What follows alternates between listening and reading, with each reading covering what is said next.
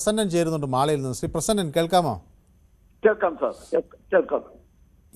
അപ്പോൾ ഈ തൊപ്പി എനിക്ക് ചേരില്ല എന്ന് CPI പറയുന്നു, ഞങ്ങൾക്ക് ചേരില്ല എന്ന് പിന്നെ നമ്മുടെ ബിനോയ് വിശ്വം പറയുന്നു. അപ്പോൾ വെള്ളാപ്പള്ളിയുടെ പരാമർശം അതിര് കഴിഞ്ഞു പോയോ എന്നൊരു സംശയം വരുന്നുണ്ടോ എവിടെയെങ്കിലും?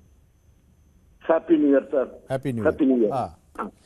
അപ്പൊ എനിക്ക് എന്റെ വീക്ഷണം, അതായത് നമ്മുടെ ശരീരത്തിലെ ഏറ്റവും വലിയ ശത്രു എന്ന് പറയുന്നത് നമ്മുടെ നാവാണ്. ഈ നേതാക്കന്മാര് ആവശ്യമില്ലാത്ത കാര്യങ്ങൾ സംസാരിച്ച് വെറുതെ ചൊറി മാന്തി വ്രണമാക്കുന്ന ഒരു രീതി, നേതാക്കന്മാർക്ക് നിലവാരമില്ലാത്ത ഒരു രീതിയിൽ പോകണ്ടോന്ന് എനിക്കൊരു സംശയമുണ്ട്. ഇപ്പൊ എനിക്ക് പലതരത്തിലാണ് പറയാം. ഞാൻ ആരുടെ ഏജന്റല്ല, എന്റെ പേരിൽ ആരെയും വിമർശിക്കും ഞാൻ.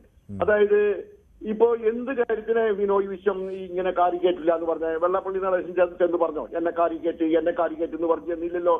അപ്പൊ പിന്നെ അത് പറയേണ്ട ആവശ്യമില്ല. ഒരു തെരഞ്ഞെടുപ്പ് 3-4 മാസം കഴിയുമ്പോൾ വരാനിരിക്കുന്ന സമയത്ത് ഈ എന്തൊക്കെ തന്നെ പറഞ്ഞാലും വെള്ളാപ്പള്ളി നടേശൻ ഒരു വ്യക്തിയല്ല. അങ്ങേര് പറഞ്ഞ വോട്ട് ചെയ്യൂലേ എന്നുള്ളതല്ല പ്രശ്നം. അങ്ങേര് ഒരു പ്രസ്ഥാനത്തിന്റെ ഹെഡാണ്. അപ്പൊ അത് ആ തരത്തിൽ എന്താ പറയാ, ഒരു അംഗീകാരം അങ്ങേർക്ക് കൊടുക്കേണ്ടതുണ്ട്. അങ്ങേര് പറയുന്ന പല പ്രസ്താവനകളോടും എനിക്ക് യോജിപ്പില്ല. പക്ഷെ അതുപോലെയാണ് ഒരു പ്രസ്ഥാനത്തിന്റെ നേതാവായ വൈക്കം വിശ്വൻ CPIയുടെ നേതാവൊക്കെ പറയുമ്പോ കാരിക്കേറ്റില്ല എന്ന് പറയേണ്ടതിന്റെ ആവശ്യമുണ്ടോ? അതായത് എന്തിനാണ് ഇവർ ആവശ്യമില്ലാത്ത കാര്യങ്ങളൊക്കെ സംസാരിക്കുന്നത് എനിക്ക് മനസ്സിലാവുന്നില്ല. അതായത് ഇപ്പൊ ഒരു ഉദാഹരണം പറഞ്ഞുതരാം, ഞാൻ പറയാം, ശ്രദ്ധിക്കണം. അത് ലോകം മുഴുവൻ കേൾക്കേണ്ടതാ. ഞാൻ ചെറുപ്പത്തിൽ സ്കൂളിൽ പഠിക്കുന്ന സമയത്ത് 2000 കുട്ടികൾ പഠിക്കുന്ന ഒരു സ്കൂളിൽ അസംബ്ലി നടന്നുകൊണ്ടിരിക്കുമ്പോ ഒരു കുട്ടി ഇത് ശരി പ്രവർത്തനങ്ങളൊക്കെ കഴിഞ്ഞതിന് ശേഷം ഒരു അസംബ്ലിയിൽ ഒരു അവസാനം ഒരു എന്തെങ്കിലും ചർച്ചയൊക്കെ ഉള്ള സമയത്ത് ഒരു അച്ഛൻ സംസാരിക്കുന്ന സമയത്ത് ഒരു കുട്ടി കയറി പറഞ്ഞു, ഒരു കമന്റ് പറഞ്ഞു. അപ്പൊ അച്ഛൻ പറഞ്ഞു വായ സോപ്പിട്ട് കഴിയാന്ന്. അച്ഛന്റെ ഇളയപ്പന്റെ മോനാണ് ഈ കുട്ടി. ഇന്ന് ആ കുട്ടി എന്നൊരു നേതാവൊക്കെയാണ്. അല്ല, അപ്പൊ ഞാൻ പറഞ്ഞു വരുന്നത് അങ്ങനെ വായ സോപ്പിട്ട് കഴുകാൻ പറയാൻ ഇവിടെ നിന്ന് നമ്മുടെ നാട്ടിൽ ആളില്ല. അതായത് ഇപ്പൊ ഞാൻ പറയുകയാണെന്നുണ്ടെങ്കിൽ ഇപ്പൊ നമ്മൾ പരിശോധിച്ച് കഴിഞ്ഞാൽ നമുക്ക് പകലും മനസ്സിലാവുന്ന കുറെ കാര്യങ്ങളുണ്ട്. ഒരു പ്രധാനമന്ത്രിയുടെ ഹെലികോപ്റ്റർ വന്ന് താന്ന് എല്ലാവരും തള്ളാണ്ട് നമ്മുടെ ലോകം മുഴുവനും കണ്ടതാ. കുറെ ആൾക്കാർ പറഞ്ഞു താന്നിട്ടില്ലാന്ന്. അതെങ്ങനെ ശരിയാവും? അതുപോലെ പല കാര്യങ്ങളും. അതായത് വെറുതെ കയറി പറഞ്ഞ് ഇവരുടെ വില കളയാണ് ഇവർ സംസാരിച്ച്.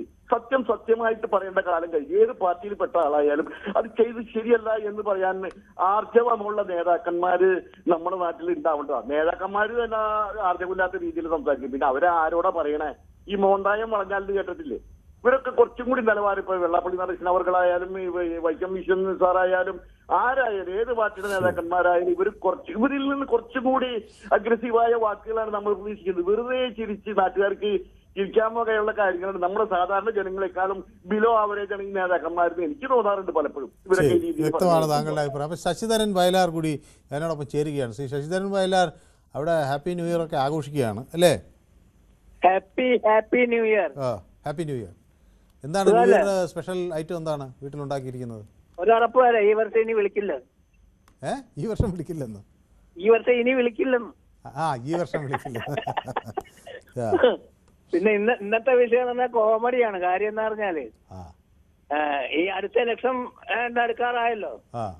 ഇപ്പൊ കുറെ സ്ഥാനാർത്ഥികള് പ്രാർത്ഥിച്ചുകൊണ്ട് നടക്കുന്നുണ്ട്. ദൈവമേ ഞാൻ ജയിക്കുമെന്ന് ഈ മനുഷ്യൻ പറയല്ലേ ഈശ്വര. വഴിപാട് കണിച്ചുകുളങ്ങര ക്ഷേത്രത്തിലേക്ക് തന്നെ 12 നേതാക്കന്മാര് വഴിപാട് നടത്തിയിട്ടുണ്ടെന്ന് അറിയുന്നു. ഒരു കാരണവശാലും ഞാൻ ജയിക്കുമെന്ന് വെള്ളാപ്പള്ളി പറയല്ലേ എന്ന്. എനിക്കൊരു സംശയം, ഞാനൊരു സംശയം ചോദിച്ചോട്ടെ പിന്നെ മനു. ഇന്ന് ബാറിന്റെ 1 മണിക്കൂർ നീട്ടിക്കൊടുത്തു എന്ന് പറഞ്ഞായിരുന്നു. ശരിയാണ്. അതൊക്കെ സത്യമാണ്.